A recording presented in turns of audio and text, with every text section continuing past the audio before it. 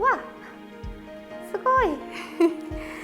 こんな感じでもうめちゃめちゃくっきりですよね。皆さんこんにちは、ミーパーキングです。本日はこちらのお車の白くなってしまった部分を復活させていきたいと思います。でこちらのお車ですね、年数が結構経っているということで、こんな感じでね、ミ塗装樹脂部分などが結構ね劣化してしまっています。そして車にはボディとガラス以外には、ミ塗装樹脂部分もありますが、こういったねゴム製品が使われていたり、車内だとレザーだったりね、アクリルだったりビニールだったり、いろいろなね素材があります。そしてそんなさまざまな素材に万能に使用できちゃうのが今回ご紹介するこちら、イノバカの SC2 ドレッシングとなります。こちらは炭化水素を含まない手法となっていて、デリケートな表面にも優しく施工することができる水性のコーティング剤となっています。そしてこちらは白キ酸類やフッ素樹脂などが配合されていて、科学的そして分子的な保護効果を生み出してくれます。でこの製品なんですが、イノバカを扱っているディテーラーさんたちもかなりね推している商品なんだそうで、この製品の特徴の一つに油っぽさを残さないという点があります。仕上がりもねシルクのようなさらっとした手触りになるという点もあるんですが、石油蒸留物を含まない製品になっているので、極端に暑かったり寒かったりする温度下でも白化したりムラになったりすることなく、施工性にも優れています。ということで早速施工していきたいと思います。はい、ということでね、まずは印象を大きく変えるであろうこちらのねミ塗装樹脂部分から施工していこうと思うんですが、そもそもねミ塗装樹脂部分、なんでこんな風に白くなってしまうか、皆さんはご存知でしょうか。こういったねミ塗装樹脂部分は紫外線や熱に弱く、その影響で樹脂に含まれている油分がなくなってしまい、樹脂の表面が細かくひび割れているのが原因なんです。ガラスにね細かくひびが入っていると白っぽく見えますよね。あれをね想像してもらうと分かりやすいかなと思うんですが、細かくひびが入ることによって、光がね乱反射して白っぽく見えてしまっているという状態です。ミ塗装樹脂部分がこんな感じで白くなってしまっていると、車自体を洗車してピカピカにしてもなんだかちょっとね古ぼけた印象になってしまいますよね。ということでね、早速 SC2 ドレッシングを施工していきたいんですが、その前にまずはねしっかり洗車をして汚れを落としてあげてください。そして可能であればね、先日ご紹介したこういったね 100% ディグリージングみたいなね脱脂剤でしっかり脱脂も行った状態で使うのがおすすめです。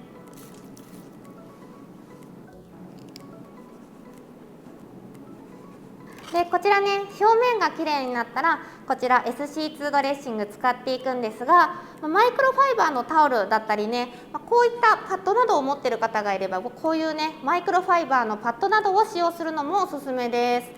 でね、こんな感じでスプレーのボトルからこうピューピューと液を出していくんですが、こってりとしたねクリーム状なのでね液だれがしにくくなっているので扱いやすいのもポイントで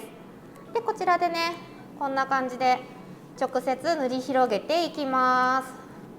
ちょっとね油分がなくなっていることによってこうやって白化が進むということなんですが、油性じゃないというのがねなんだかちょっと不思議な感じがしますよね。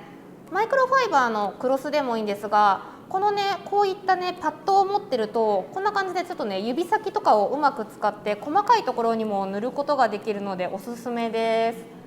す。もう見るからにねめちゃめちゃ綺麗になってるのがわかると思うんですが、なんだろう、意外に伸びも良くて量も少なくて済みそうですね。でですね、こんな感じに塗り込んでいくんですが、ちょっとね狭いところとかだとやりにくいかもしれないんですが、こうね縦縦横横と意識して塗り込んでいってあげると、微細なね傷、先ほどひびが入ってるというふうに言いましたが、微細なねその隙間に入り込んでくれるので、縦縦横横と意識して塗り込んでいくのがおすすめです。でね、今ねここの線のところで区切ってこちら側は塗ってないんですが、もうね明らかに見た目が違うと思います。こんな感じでねちょっと自然なツヤ感も出てますよね。でこちら側は先ほど1層目を塗って少し乾いてきたかなという感じです。それでもねあちらのビフォーと比べたら全然黒くなってるのでいいですよね。そして効果を高めてさらに色の深みを出すために20分ほど経過をしたらもう一度こちらね SC2 ドレッシング施工していきます。なるべくねこう縦縦横横もう斜めといろんな方向から塗り込んであげて細かな傷にね入れ込むようなそんなイメージでやってあげると綺麗にね潤いが行き渡って新品のようなね雰囲気が出せるんじゃないかなと思います。こちらがビフォーでこちらがアフターで、もうこの時点でねツヤ感とか全然違うの分かると思うんですが、ちょっとねマスキングテープ外してみます。わあすごいこんな感じでもうめちゃめちゃくっきりですよね。かなりね差が出てるんじゃないでしょうか。もうほんとねパッと見で全然違いが分かると思うんですが、施工したね奥の部分はなんだろう本当に新品同様ですよね。でね、こちら側見ていただくと、結構なんかやっぱ乾燥してる感じが出ていますよね。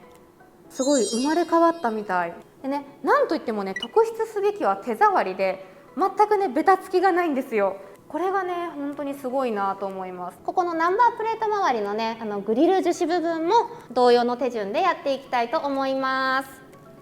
こういったところは細かいので一個一個丁寧にやっていくしかないかな。結構洗車して綺麗にしたなと思っても 100% ディグリージングやるとね本当にねなんかちょっとよくわからない汚れみたいのがタオルについてこんな感じでね黒くなるので、意外に洗車でも取れない汚れってあるんだなと思いますよね。コーティングももちろん大事なんですが、やっぱりね下地処理をしっかりしないとそのコーティングの持ちだったり効果がね薄れてしまうので、やっぱりね洗車だったりねコーティング前の下地処理はなるべくねしっかりやった方が逆にね効率が良かったりするのでおすすめです。ではねこちらも SC2 ドレッシング使っていくんですが、ちょっとね多分かなり細かな場所になるので先ほどのパッドだと入りきらないかなと思うので、ちょっとマイクロファイバークロスにちょっとずつつけてやっていこうかなと思います。こんな感じで今ちょっとだけつけました。でねこれね今回ミトソー樹脂部分には使ってるんですけど、先ほどね話した通り結構いろいろな素材にも使用が OK ということで、プラスチックとかもね別に黒のプラスチックじゃなくても全然使えます。つまりねしっとりさせてツヤを復活させるような効果があるので、黒だとね、もちろん黒の深みが出るような感じにはなるんですけど、他の部分にもね使えますので結構ねこれ万能に使えるのでいいなと思いますね。今回この車を借りたのがちょっとねおばあ様なんですが、おばあ様が喜んでくれることを願って心を込めてやりましょう。気づいてくれるかな日産車のグリルをこう見てるとちょっと先日のねグリルの中にガが入った事件も思い出してしまいますが、危ないダメだ考えないようにしよう。こんな感じで今ねここのナンバーからこっち側だけ施工をしてみました。ちょっとねまだね白っぽい感じがあるかもしれないんですが、かなりねビフォーと比べてめちゃめちゃ黒っぽくなってキリッと引き締まった感じがしますよね。そしてはねこちらもね20分ほど経過したので2度塗り目いきたいと思います。この部分ちょっとね塗り残しがあるのかな、なんかね黒いところと黒くないところとの差が結構できてしまったような気がするので、ちょっとねその辺りも重点的にやっていこうかな。こういうところももしかしたらね細かな筆とかがあったらそういうのを使って塗ってあげるのもいいかもしれないですね。今回ね結構ね経年劣化がある車にはなるんですが、本当はね最初から塗ってたりとかこまめにねこういったものを施工してあげることによって、今回でいうと油分がねなくなって細かなひび割れが発生することも防げますので、白くなってからやるというよりもねちょっと予防の意味を込めて普段からねやってあげるといいんじゃないかなと思います。よし、じゃあこちらも半分塗り終えました。こちらね2度塗りを終えた状態になります。ここからねこっち側がほんと施工してなくてこっち側だけ施工をしました。こんな感じでねサイドの方もね結構施工したことによって黒がね引き締まってだいぶ印象が違う気がします。そしてね今回の製品はミトソー樹脂部分だけではなく、こういったね枠のゴムの部分だったりにも使用が OK なので、こういったところもね、洗車をして 100% ディグリージングで綺麗にした後にこうやってね塗り込んでいってあげることによって黒っぽさがねより復活します。でね、ここね今こちらの左側の方がまだね何も施工していない方で、右側の方にね今 SC2 ドレッシング塗ったんですが、これだけ見てもねなんとなくこっちの方が整った感じがしますよね。こちらビフォー側はなんとなくここのね上のゴムの部分が白ばんでるんですが、こちらですねアフターの方はなんとなくね白いモヤモヤみたいなのが消えてね、ちょっとねツヤ感が出たんじゃないかなと思います。ここのね B ピラーのところもちょっとやっていきます。まずねこれ 100% ディグリージングで脱脂します。洗車済みではあるんですがね、取れてない汚れとかをこれでちょっときれいに取ってあげます。ではねこちら塗っていきます。本当にね塗ってるところと塗ってないところが一目瞭然なので、塗り残しとかがあるとめちゃめちゃね分かりやすいです。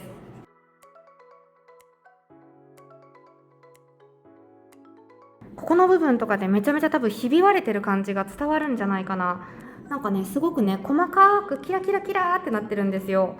なので、このね SC2 ドレッシングちょっととろみのある液で、隙間をね埋めてくれるような感じがあるので、ちょっとねこちら施工していきます。ちょっとさっき 100% ディグリージングでちょっとここをお掃除したのでまだ湿ってはいるんですが、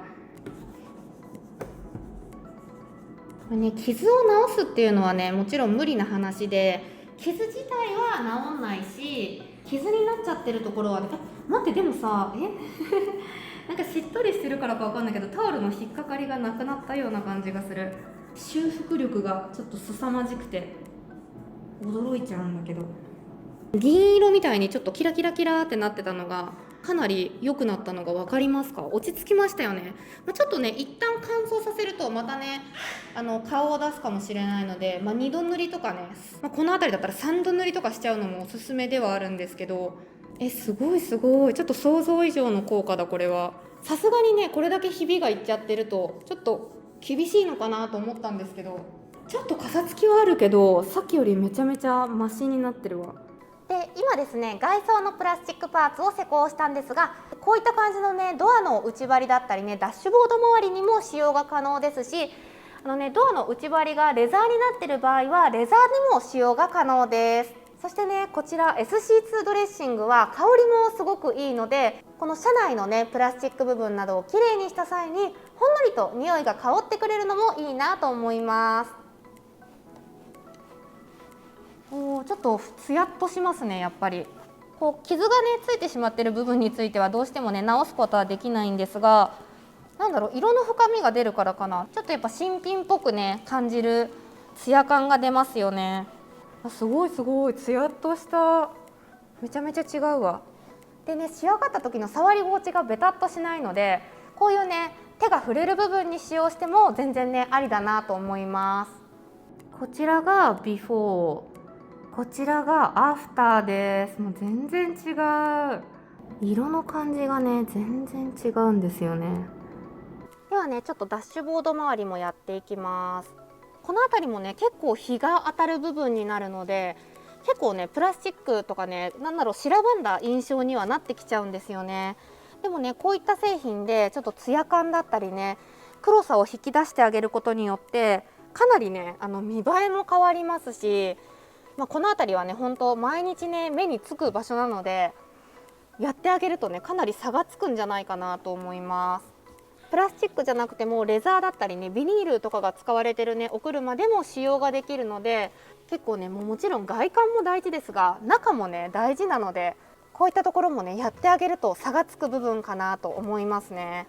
ちょっと分かりやすいようにねここにね塗らないゾーンを作ったので、後でちょっとね剥がして見せますね。こういったね内装なんかも本当は先日ねご紹介した XS2 ファブリックス&レザーとかね、ああいうのを使って綺麗にしてからこういうのも塗ってあげるといいかなと思います。間違えちゃった。やだ、塗っちゃったちょっと塗っちゃいました。いつもやっちゃうんだよな。ではねこちらもね施工が完了したので、ちょっとマスキングテープ剥がしていきますね。おおすごい。ちょっと待って、これはすごいぞ。見えるでしょうか。全然ね違うんですよ。これもねそんなにねめちゃめちゃ古ぼけた印象だったわけではないんですが、やっぱりねこのツヤ感があると全然雰囲気違いますよね。このねフロントの部分も全体的にねこのもうサラサラっとした感じからちょっとねツヤが生まれてるんですよね。多少ねなんかまだねしっとり感みたいのはあるんですけど、ベタつきみたいなのはないので全然ね触っていて嫌な感じはしません。これだけね見違えるようにツヤ感、そして色の深みがね出てくれるとなると、これねもういろんなところに施工したくなっちゃいますね。はい、ということで本日は SC2 ドレッシングを使って、プラスチック部分だったりねゴム部分だったり、車のね普段なかなか手入れしない部分をこのように蘇らせてみました。ミ塗装樹脂部分はね今までも使ったことがあったんですが、さらにね車内も同時に綺麗にできて、本当にねビフォーアフターが雲泥の差で、傷の補修効果みたいなものをねかなり感じたので、本場のねイタリアのディテーラーさんたちがかなり支持しているということでね、この使いやすさにこの効果なら納得だなというふうに私自身感じました。普段はねなかなか洗車で綺麗にできない部分、こう蘇らせることのできない部分にはなりますが、皆さんも SC2 ドレッシングを使用してこんな感じでね車をきれいに蘇らせてあげてはいかがでしょうか。今回の商品が気になる方は下の概要欄に URL を貼っておきますので、そちらからぜひチェックをしてみてください。また今後もイノバカのアンバサダーとして皆さんのカーライフが豊かになるようなさまざまな製品をご紹介していきますので、気になる方はぜひチャンネル登録やグッドボタンよろしくお願いします。それではまた次回の動画でお会いしましょう。バイバーイ。